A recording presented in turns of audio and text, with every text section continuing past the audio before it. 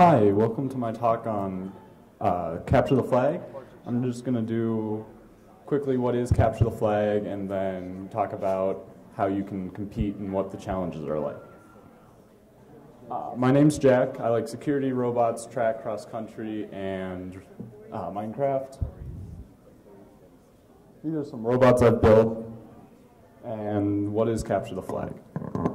Capture the Flag is a unique security contest where you try to break things ethically and you get a flag. So an example would be breaking into a website to get a flag or a password. There's usually two different styles. There's Jeopardy style where they give you a board and you select different categories and then you exploit those programs or codes or websites, and they'll give you a flag if you do it correctly. And there's attack and defense, where you're given a system and they're given a system, and they're the same system. And so you try and find exploits in your system, and then you can exploit them on the other system. It's kind of like a fence. You try and find the holes in your fence, and so you know where the holes in their fence are. And then you can patch your fence and break into theirs. Why do Capture the Flag? It's a lot of fun. You can learn a lot, and you kind of learn in this sink or swim situation where either you get it or you don't, and you don't have a lot of help around. You just have to rely on yourself and your teammates and your ability to Google and learn. Also, to become elite hackers without breaking the law. The nice thing about Capture the Flag is that they're giving you permission to break these things, so why not? Capture the Flag is a year-round event, so you can do it almost whenever. They usually last 48 hours. Some of them last a week or 2 weeks, though, which is nice, but can also be time-consuming if you want to do other things. A good place to look would be CTF time. They have postings for upcoming events and previous events, so you can look at how challenges were solved. Pico CTF is a really good one for middle school and high school. They have a really good program, and they also, if you sign up for the mailing list, they'll let you know about other high school and middle school events that are coming up, which I like. Okay, so getting into the competition. There's usually 4 main categories, which are crypto, web, forensics, and exploitation. Crypto is all about breaking codes. Usually you'll do that through 3 different ways, either using math and logic, like in a substitution cipher, where you do frequency analysis, you look at how common letters are, and then you swap them out.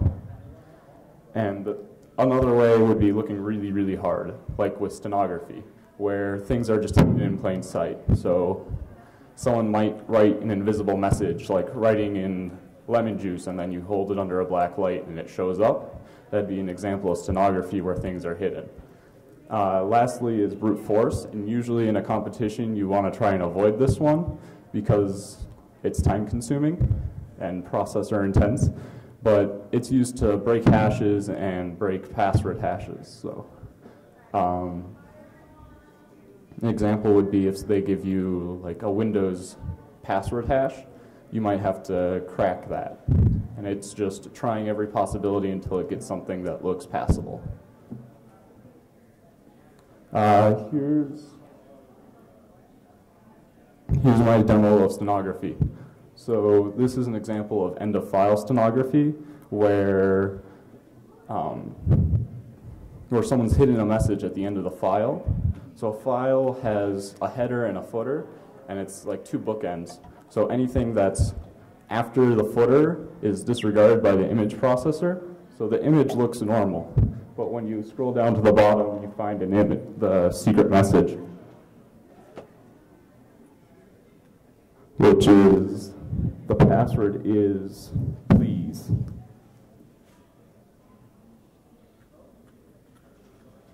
So to find end-of-file steganography, you just use a hex editor like hexfiend or ghex or hexedit, and you can look through that. With web, there's usually 3 kinds of web challenges. There will be like find the password or break into a database, or fake a cookie. And so finding a password can be as easy as looking at the source code for comments, or for JavaScript where they've done client-side authentication. So where the code to authenticate that you're real is running in your browser, which is a really bad idea, because then you can change that and attackers can change it and you can get in. Breaking into a database, sometimes you'll have to use SQL injection to break in and steal a password or get access to it.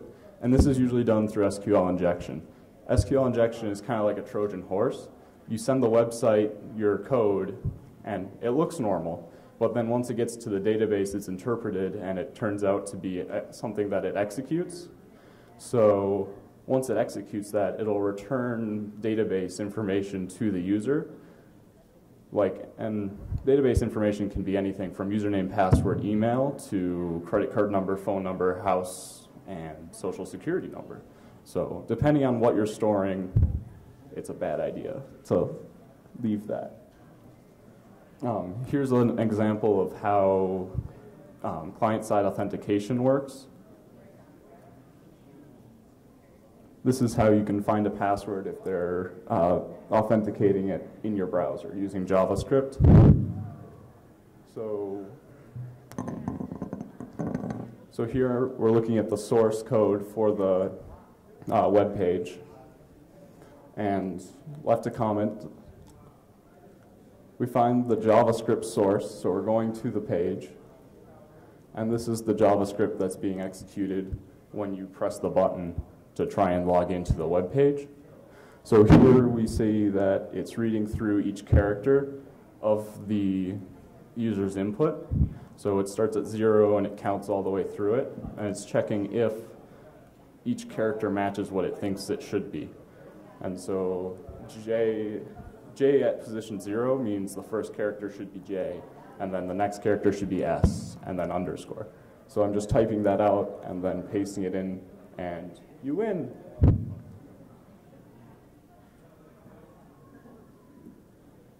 Forensics is all about finding information that's been deleted or hidden. So that can range from a packet capture on a network. Well, they'll give you this file, and you open it up in an editor like wireshark, and you'll try and find passwords or look at what website they went to or who's trying to attack the website. And then there's recovering files, where they'll give you an image, a snapshot of someone's hard drive, and you have to look through that snapshot and find lost files or passwords or virus that infected the computer, and then find whoever installed it. This is an example of packet capture.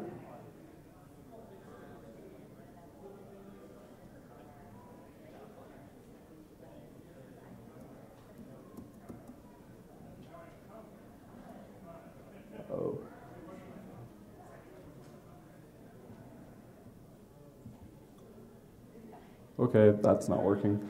But the way you solve a wireshark problem like this would be you open it in wireshark and you can just search for strings. So if you hit Control F, you can search by string, or search, and then you can change it to be by string, and then you can look through all the details in the packet, and you can look for passwords. So that might bring up the password form, or that can bring up the actual password submission part. This brings us to exploitation. Exploitation is all about breaking things. Exploitation is possible because of coding mistakes, where the person who wrote the program didn't do a sufficient job securing it, and so as the attacker, you're able to break the program. This is in CTFs that I do. Two most common are buffer overflows, where it's like a bucket, and as you pour more and more water into it, it fills up. And after it fills up, it'll start to overflow. And the overflow gets executed by the machine, or gets returned to by the machine, which allows you to do things like take over the process, where you can then run your own code. And then there's format strings, which is where the programmer didn't specify what kind of output it should give. So the attacker can change that. They can say, instead of returning a string, return an integer. Or instead of returning an integer, return a memory address. And then in that address, you can see what's happening, and you can look at the code flow. Yeah. This is an example of a buffer overflow where the code isn't checking that you don't overflow. Yeah. Oh, yeah, sorry. What's your question?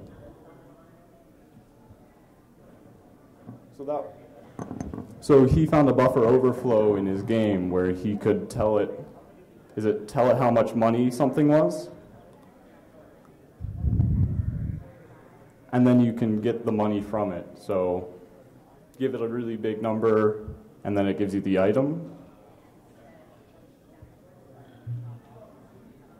So this is my extraordinarily simple version.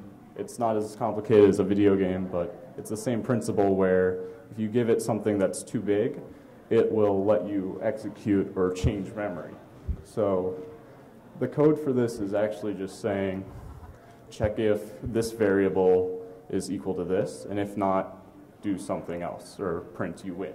So, and that variable is stored right above the buffer. So once you overflow the buffer, the next thing gets written to that variable. So you want to have that exact amount of water to fill the bucket. And so here it's generating a pattern so I can tell how big the bucket is. So I can find how many letters I have to send to the program before it'll change the variable. So here I find that it's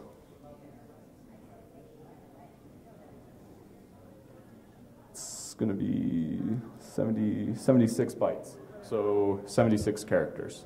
Then in Python I'll print A 76 times and then whatever it needs to be. In this case, I think it needed to be DCBA. So that's how you would go about it.